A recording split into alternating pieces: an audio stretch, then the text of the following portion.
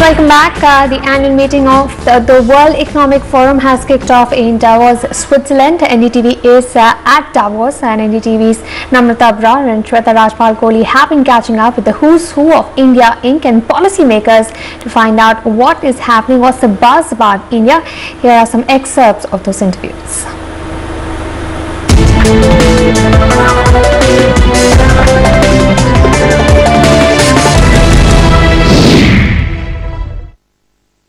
There was a lull in policy. It was not a paralysis. It was a lull because you can't keep that momentum going. You can't start announcing new policies at the same rate, same pace which you were doing earlier in 2004, 2005, 2006 and so on. So that was about 18 months period when there was, I think, a period of consolidation for India.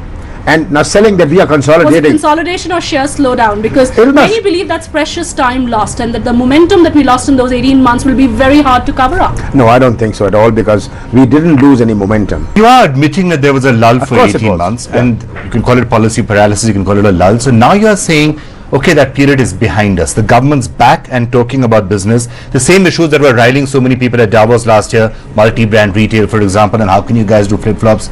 You will now presumably be telling people, look, we've done it now. At the end of the day, we're done it, we're back. Absolutely. Is that what you're saying? India's back? I have to take forward the FDI and more is coming. India's back and more is coming. Like what? India's back and more is coming. What? Well, you will see it. It's not something which you'll announce in Davos, or it's not something which is Davos-centric. But there is going to be rollouts of some other policies and some other reforms in the next 2 months.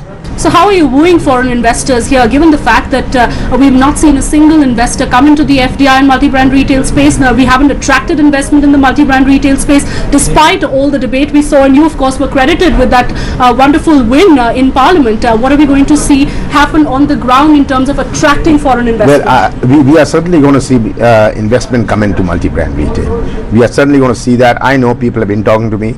I don't want to name them, but big retail players have been talking to me as last week, and I see that happening, and it's rolling in. I would say perhaps because of the last 18 months where the reform process in India was slow, except in the last 3 or 4 months. I think the perception of India had changed a little, so for that reason perhaps the discussions on India perhaps might be a little less. But I remember when I used to come here 20 years ago, there was hardly any reference to India. So it's a dramatically changed position since then.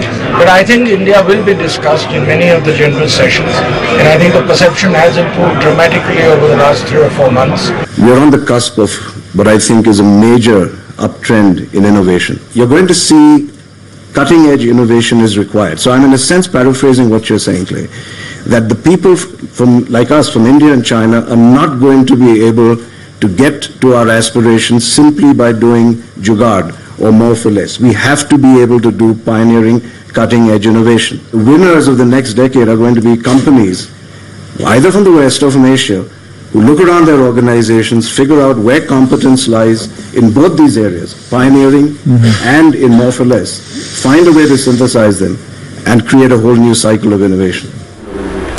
Here to wrap on Business Prime Time.